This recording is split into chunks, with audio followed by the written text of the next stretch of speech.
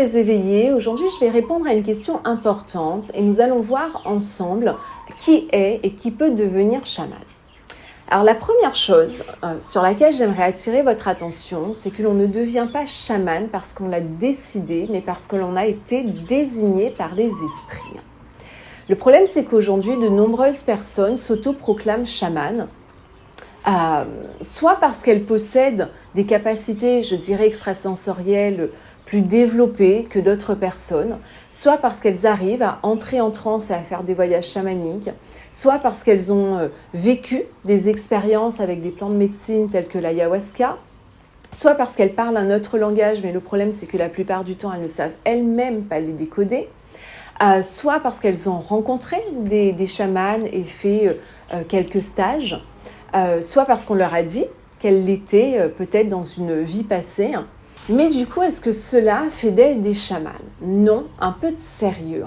Le chamanisme n'est ni du dilettantisme, ni de l'amateurisme. Les tuniques, les plumes, le tambour et autres talismans ne font pas le chaman, pas plus que l'habit ne fait le moine. Tout le monde a des dons, tout le monde a la capacité de faire des voyages chamaniques, de jouer du tambour ou que sais-je, mais tout le monde n'est pas chaman.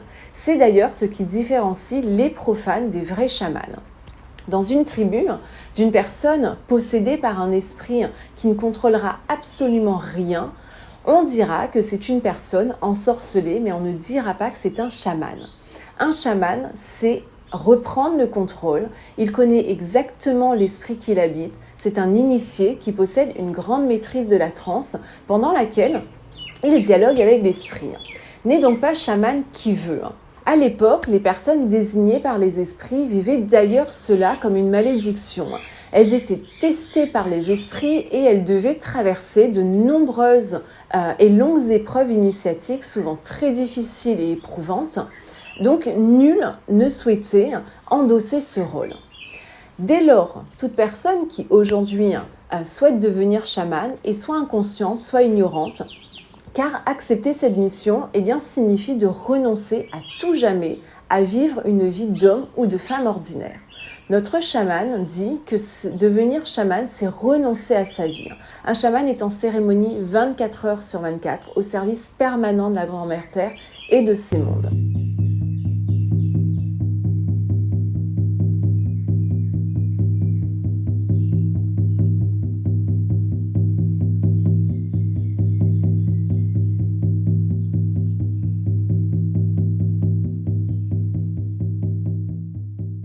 Aujourd'hui encore, dans de nombreuses traditions, le chamanisme est obligatoirement héréditaire ou lié à une lignée, ce qui signifie que le chaman connaît le nom des esprits qui accompagnent sa lignée et avec lesquels il va s'allier, car il est conscient qu'il reçoit d'eux un pouvoir qui s'est renforcé de génération en génération.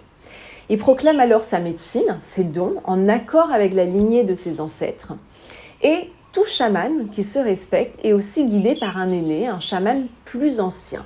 C'est une vraie relation maître-disciple qui s'établit. Le jeune apprenti chaman reçoit de son aîné des enseignements, c'est un initié. Et durant de longues années, il intégrera la connaissance de toutes les pratiques et rituels de sa lignée et il en deviendra le dépositaire.